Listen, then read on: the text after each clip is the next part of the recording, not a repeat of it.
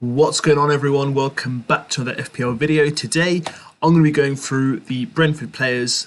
Brentford have been promoted to the Premier League and they're part of the FPL game for the first time. So I'm going to be giving a review of the players that have come up from the Championship, the players that have been brought in to Brentford, how I think they'll fare, who I think the players are to watch, and kind of give you kind of a bit of underlying stats around their performances last season, and how I believe that these guys will be the kind of players to focus on and maybe even consider bringing into your drafts and your squads over the FPL season this season. This is the FPL Inklink channel. My name is Mo, and this is basically we're discussing the 2021-2022 season, and I'll be going through the stats for Brentford today. And now, before we begin, if you've come here for the first time, welcome. If you've been here before, welcome back to my channel. If you haven't hit the subscribe button yet, please hit the subscribe button, subscribe to my channel. Help me grow the channel itself. The aim is to get as many subscribers as I can over the course of this season, so I haven't set myself a target, so please help me grow. Hit the like button if you like the content that you see today, and in addition, if you like what you see and you want to see more of my content, hit that notifications bell icon so you guys can be notified as soon as I release my content. So let's not waste any further time and get into reviewing the players for Brentford. So let's start from their goalkeeper. So David Martin, known as Raya as well, is the goalkeeper for Brentford this season. There are no stats for Brentford players for last season, so there's nothing to really write home about in terms of FPL, but I'll go through some stats for them for last season and why they may be worth considering. He's priced at 4.5 mil.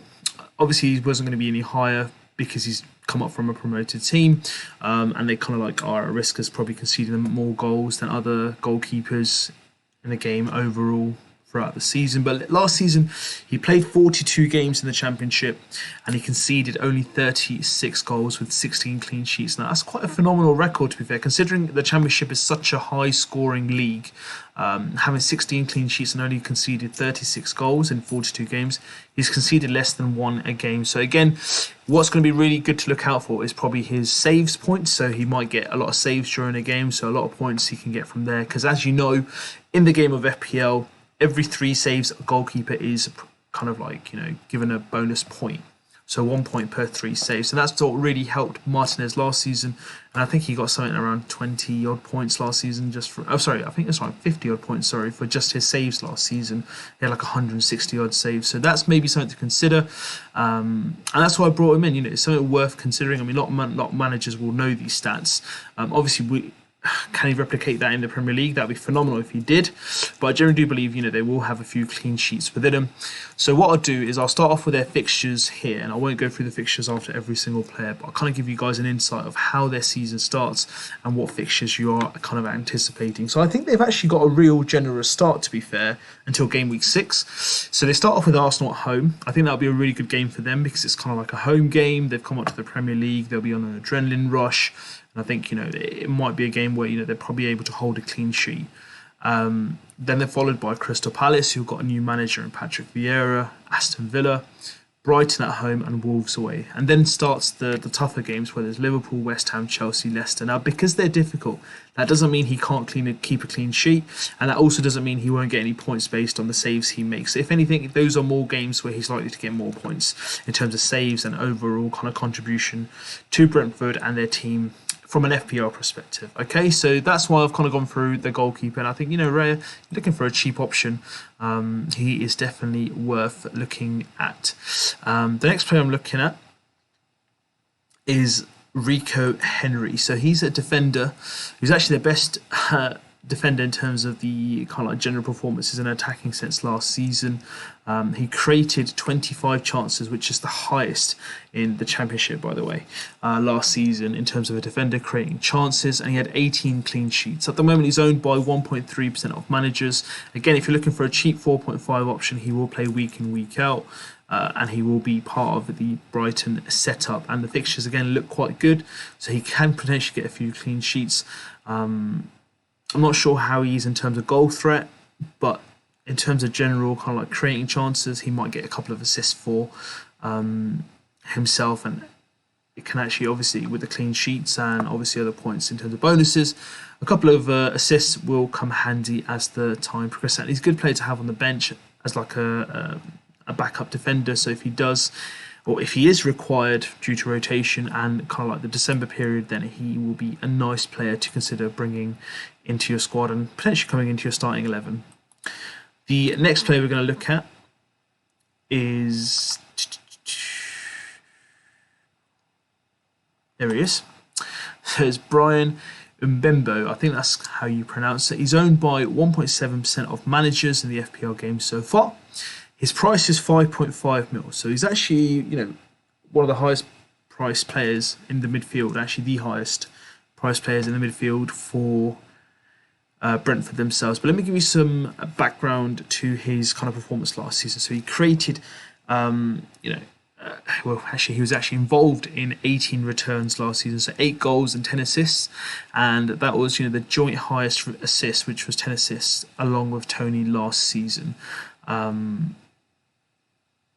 So generally, it kind of shows that they do like to go through Brian Mbembo. He's kind of like the person who kind of controls the midfield, allows them to kind of like create their chances, and he will be pretty valuable as well. 5.5 mil, that's not a bad price. He had players like Souček last season around that price, maybe Gerard Bowen, and they came good throughout the season. So 5.5 is actually a generous price, and you got 18 contribution last season. If you can actually replicate anything similar to that this season, that's actually not a bad investment for 5.5. And let's say even if he gets like 12 returns or 13, that's not bad. To have a player where you're diversifying or kind of spreading your funds, he's definitely worth considering, and I would definitely say please do consider him in your drafts, or if you're looking for a cheap midfielder to have who will play week in, week out, then he is your man to consider.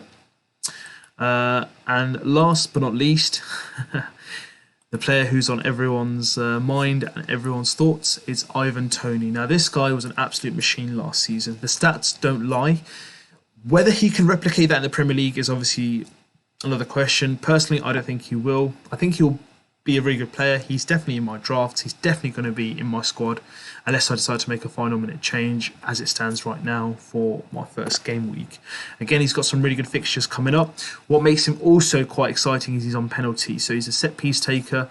Obviously with VAR, part of the game, penalties did go up last season generally. So that's good to have in terms of a set piece taker, a penalty taker, and someone who will play most of the minutes for their respective club, Brentford. Now, he got 33 goals last season, which is the highest in Champions League. I think Championship, not Champions League, Championship, scored by a striker or by any player. And he got 10 assists, which was the joint highest for his club as well. So it shows that, not only does he score, he's actually part of the setup in terms of setting up assists as well. So that's why I've kind of gone through Ivan Toney as well. I think it's definitely worth considering bringing in, even as a third striker. So you can have someone like a premium, where you have Harry Kane, like a Dominic Calvert-Lewin, or like a Watkins and Antonio, or even let's say if you want to go up to a Werner, and then you can have an Ivan Toney as well. So it's a nice little spread of funds. Or if you just want to like kind of spread the funds evenly, you can go Ivan Toney, DCL, and let's say you want to bring in Watkins or Antonio. So you've got around 20-22 million spent on your front line, and at least he'll be playing if he needs to come off the bench, or you might even want to play him in your formation of 3 up front. That's entirely your choice. So that's why I'm considering him, and almost 40% of the managers have already got him in all their original squads. So that is Brentford for you guys. So just giving you guys a review of some of the players that I've kind of had a look into myself, and I'm potentially considering to bring into my squad, and who will provide the best value based on the prices they've been priced at and their performances last season. Barring it being in the Championship, I still think they can bring most of that game to the Premier League this season on the pitch. But obviously from an FPL point of view, it's going to be slightly different. But this is why I've come up with these players, and I think Ivan Toney is going to be one of my star recommendations. So for Brentford, he is my star recommendation. It's going to be Ivan Toney. What are your thoughts? Have I not gone through any player from Brentford that you're looking into? Let me know. Drop me a comment. I will let you guys know my thoughts on that player. If you haven't joined the league code is on the bottom left. Please join the league. Let's have a great season and a great competition. If you also want to contact me, my social media details are right at the bottom of the screen, and let me know if I can help you with any further questions. How did you like the video? How did you find it? Hit that like button if you've liked it, and if you want to subscribe to my channel, please, before you leave, hit that subscribe button to help me grow my channel.